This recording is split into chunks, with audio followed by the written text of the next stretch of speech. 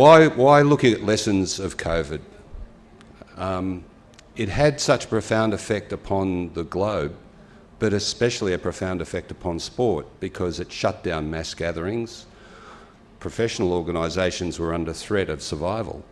So I think it's really a significant issue for us to think what did we do well and what did we do poorly, so that we can move forward and think about how we're actually going to deal with these situations going forward. Because one thing we do know about pandemics is they're becoming more common. As the population of the globe gets larger, there's more movement of people. We've got a higher incidence of pandemics. On top of that, COVID's not gone away. It's now endemic. It's not a pandemic anymore, but there are hundreds and hundreds of mutations of COVID-19 out there right now.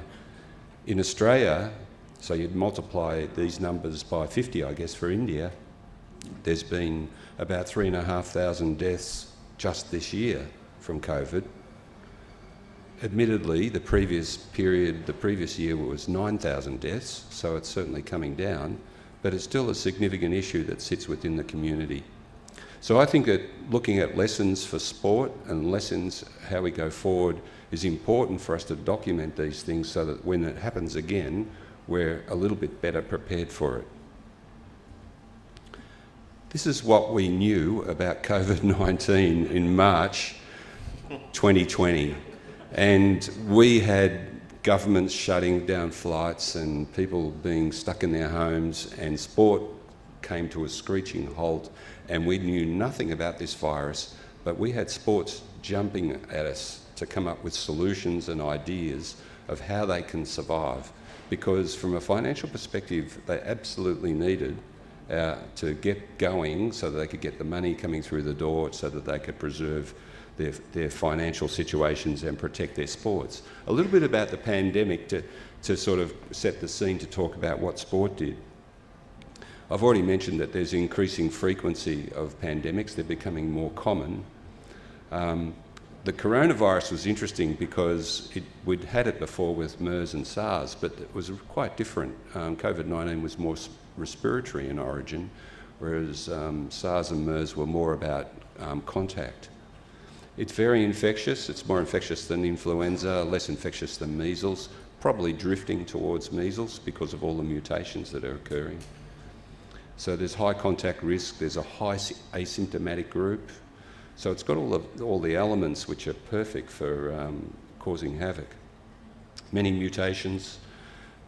One of the really positive things, I think, and something that makes me proud as a healthcare practitioner is, I don't know how many, but it would have been hundreds of thousands of healthcare practitioners just worked their asses off to keep the world safe, I suppose. And so there was a massive amount of scientific development and development of technologies, all geared towards addressing the issue. I think it's worth remembering that if we're in a similar situation in the future, these things will happen again. So it had major health impact, it had a massive financial impact, and it had a major mental health impact too, which is something that we didn't quite anticipate and we didn't manage well. So I'll touch on that a bit later.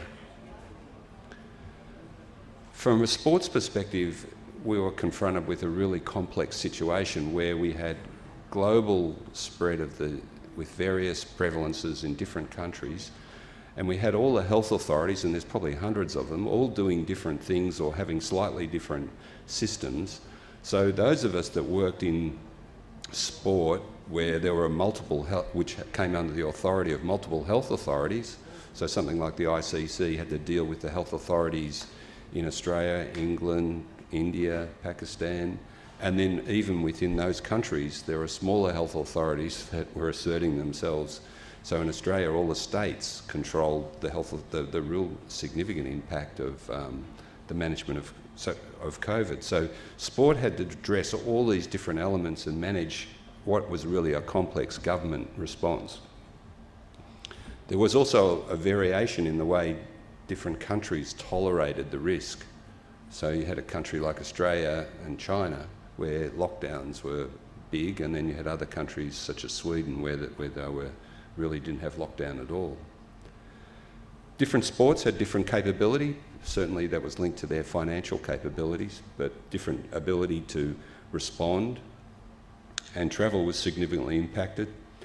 And the other important thing, and this is, we have to understand the virus, and we have to understand the way government responds, but we also need to understand how sports respond, because they're all different. They all have their own little risks and their own capacity to introduce controls.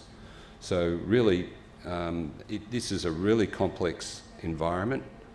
One of the things which we did do well was we recruited infectious diseases experts in to support us, but it wasn't just relying on the infectious diseases experts, that we had to interpret what they were saying for the context of each of our sports and our circumstances. So alongside the infectious diseases experts, you need sports experts. So going forward, you need that sort of symbiosis of those two groups. This is where we got it right. This was a case in Melbourne with a basketball team where one player infected about 30 people from a 20-minute scrimmage on the court. And at this stage, the wearing of a mask was optional. They didn't really consider it particularly as this is certainly in Melbourne, didn't consider it a respiratory disease. And from a 20-minute scrimmage, you had all these people affected. Because we had the infrastructure to do our own contact tracing, we were way ahead of the health authority in working a lot of these things out. So we identified issues well before the health authority did, because we're actually active and getting involved and trying to understand what was happening, had expertise alongside us. So my second lesson is, don't sit back and wait for a health authority to tell you what to do. You certainly need to engage them, because they'll tell you what they think you should be doing, but I think you need to take confidence and act quickly yourself. So use your own knowledge of the science in order to have a crack at what you think are the right things to address the issues you're confronting.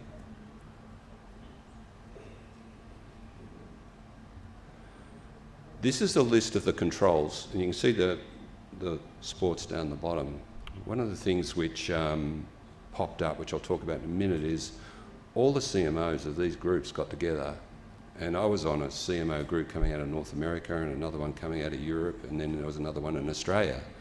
So you're talking about a lot of people sharing information and working out what works. So I learned a lot for ICC, as an example, from what the NFL was doing, or what Major League Baseball was doing in North America, as well as what FIFA were doing. So there was a lot of sharing of information, and this list of actions, and I've underlined the really key ones, were an extensive list of all the different activities which were undertaken. So we went from shutdowns to bubbles, which we all remember, and with nervousness, testing and compliance, daily health monitoring, early intervention, early contact tracing, that which has to be linked to testing so that you know when something's there, so mass testing, and then the use of technologies such as PCR, antigen testing and vaccines. This slide gives you an idea of how all these different sports on the left, in the left-hand column, pretty much had a similar approach with that list, pretty much accessed all those things we talked about, but in a different way and maybe in different amounts. So ICC was a little bit slow off the mark because it had issues with capability and it had particular vulnerabilities with the members of the ICC. And we saw actually English cricket got off the mark a lot earlier because they were able to control their own little environment much earlier than what an international organisation like the ICC could. So one of the third lesson is work with the CMOs, use your connections, work together to try and understand what you're dealing with, because what will happen is a highly collegiate environment in the CMOs and the groups. A similar phenomenon we have in concussion, where a lot of the CMO groups are working together to have common concussion approaches. So this is what the ICC did. It was forced into its shutdown of ICC events pretty early, and so it formed a planning group pretty early just to sort of see what a restart would look like. It was very much guided by what happened in Australia and England, which were starting to open up and run some significant risks because of the way they were able to control their more micro environments.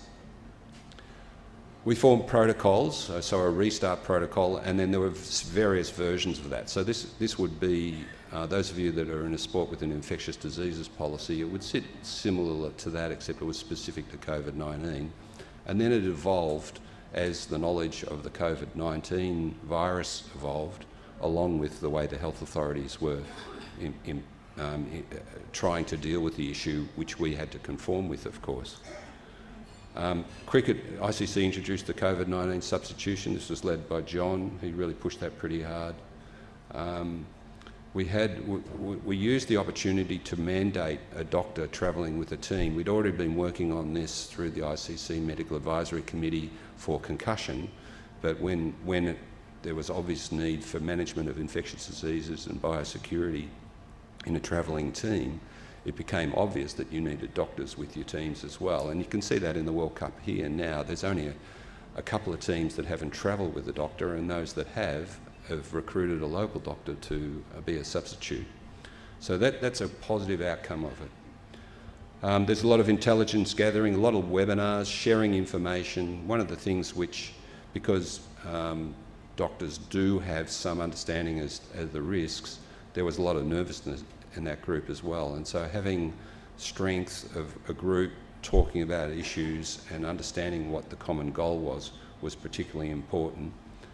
And during ICC events, we had quite active intervention just to look at spot fires. So a complex response in a high-risk environment requires good resources, but it also requires a lot of communication. Communication with other sports, communication within your sport, so everyone's on the same page, understanding what we're doing. The role of the sports doctor changed too in advising teams. Sports panicked. I think I never worked harder in my life than during the pandemic. It was pretty much 16-hour days assisting sports to deal with the issues that they were confronting. So doctors have a significant role. Now is the time to sell your role as a medico to your teams and your sporting organisations, because they have a clear understanding of what your role is. So keep fully informed. Obviously there's a lot of advisory roles. I'd already been working on infectious diseases policies with the ICC and other sports well before COVID.